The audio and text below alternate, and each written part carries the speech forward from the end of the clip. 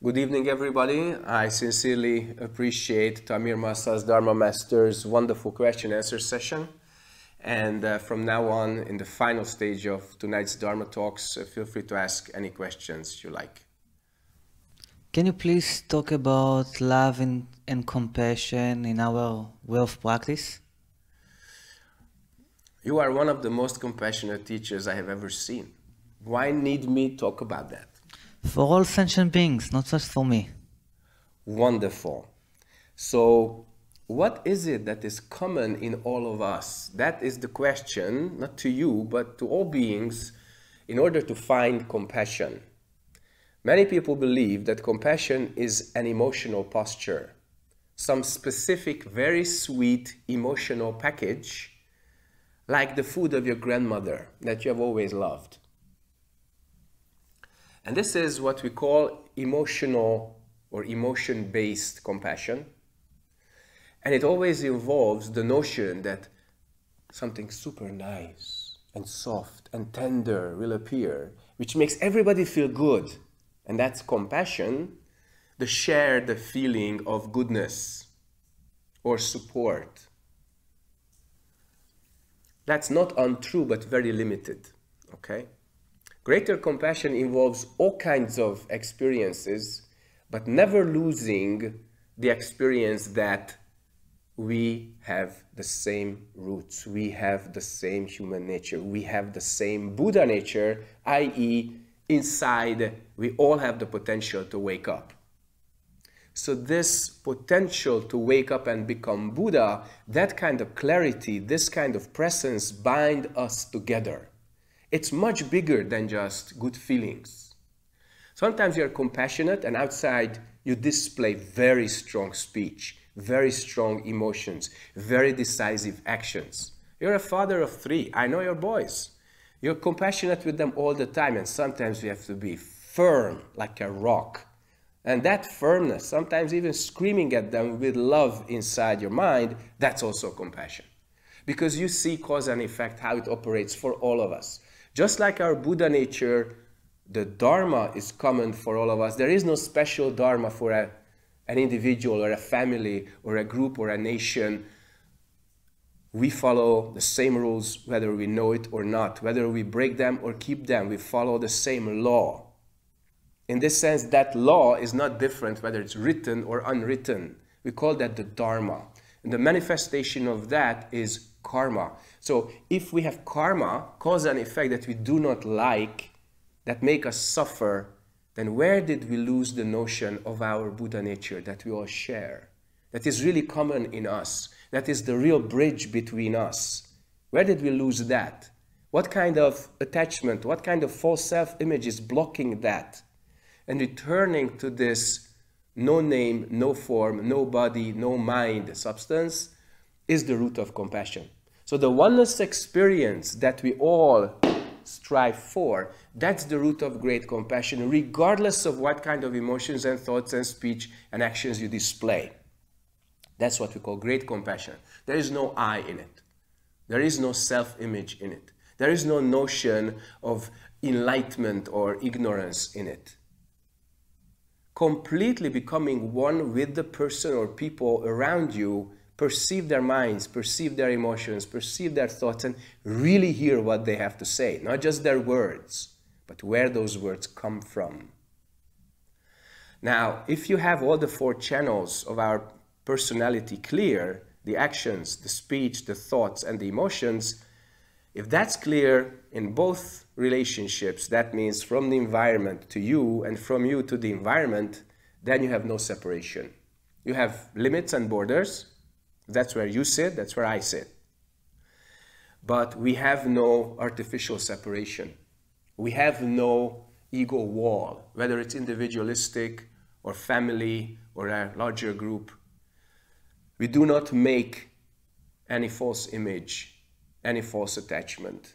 And therefore, we always have a bridge to each other. And that's not just the root of compassion, it's the root of wisdom too. Wisdom is not special. That's why Zen masters, they say, go ask a tree.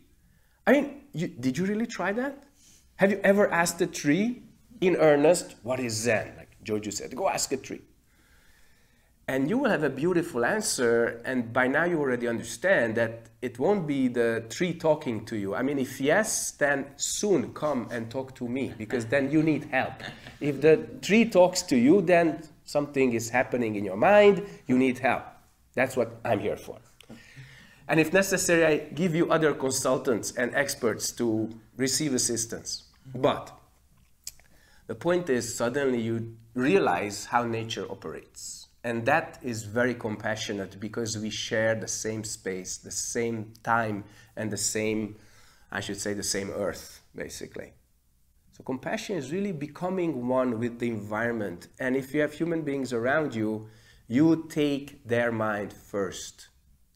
You perceive what kind of feelings they have, what kind of happiness or pain they have, and you try to help them. Why? This is, again, not your grandmother's favorite food. It's your basic self-interest. Why? It's not enough to finish your own suffering.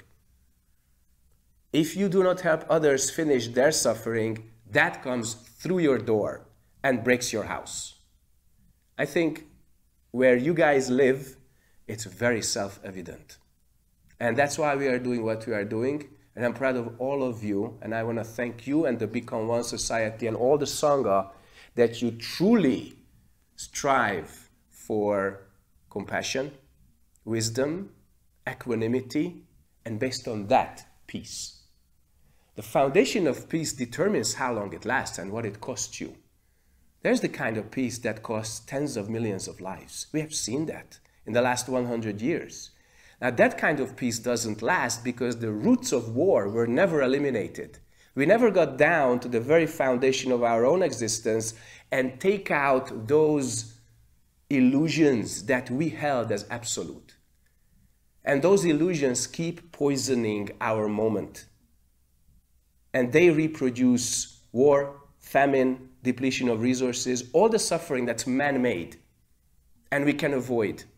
Because depending on the quality of our minds, we make this world. Clear mind, clear world, clear life. You do the math. That's why we are all here. Okay. Thank you. You're welcome. I wanted to know, how can we bring the way of the Dharma and Zen also to more younger people, teenagers, maybe even children? Can you teach meditation? Ço'ng-gans, can you teach such a complex change of thought process that Zen has to younger minds than maybe I have here? In Israel, you have a lot of fruit trees, figs, dates, apple also. Sometimes you see that these wonderful fruit, they are on the trees and they are ripening, they are growing, right? Can you make it grow faster? No. Good. Now, if you have that, you won't want to teach Zen to teenagers. You just want to answer their questions. It's enough first if you connect to them, even connecting to them, because their minds are so individualistic and so much loaded with zeros and ones. Even connecting to them is a very big job. So first, establish a clear human relationship. Build a channel. Once you have that, earn their trust. Earning their trust is the second most important thing, and you have to display a lot of good qualities to that. And then teach Zen invisibly. For Christ's sakes, don't start with Ço'ng-gans, because you display how smart you are and they will go 10,000 miles away. You want to teach them meditation and they shy away because they say it's so difficult and I don't want to meditate. So then you ask them, what do you want? They want to be smart and successful and get the best boyfriend, girlfriend, and get a lot of money and be successful, i.e. they are selfish. Why? They are young. It's their job to be selfish. It's okay. We all went through it. So then find a way how to really help them. And the best way is to really answer their questions in a way that you leave them a little hungry. You don't pretend to know, but you point them to the right direction to find the answers for themselves. Then they realize if they want to go through the desert, they need water, they need camels, they need a compass, and i.e. they have to be in a caravan. They cannot do it alone. So the moment that they realize they need to do some kind of together action, that is the start of decreasing their ego level. When they realize they have to work for their own answers, they become more humble, more industrious. If they realize that helping each other is key, they start to serve instead of just appropriate and possess. Relationships, relationships are the greatest teachers. So if people are very clever and they have their own opinion and they want to be always right, usually they're always alone. And every single human mind has their own gateway. Find that. Then they will respect you, accept you, and since you didn't want to teach them, just help them find their own answers in their own way. They never think that you take something from them that they never wanted to give. Okay? So there's a lot of ways to help them. But be prepared for the unexpected. Be prepared for questions that you cannot prescribe because they were never written down. And if you teach them Zen invisibly, then they will want to know, how can you do this? And then the tide turns. When they turn towards you, instead of just them wanting to know something special. How do you do this? Then you can slowly, slowly talk about meditation. Talk about methods. Don't feed them more than they can chew and swallow.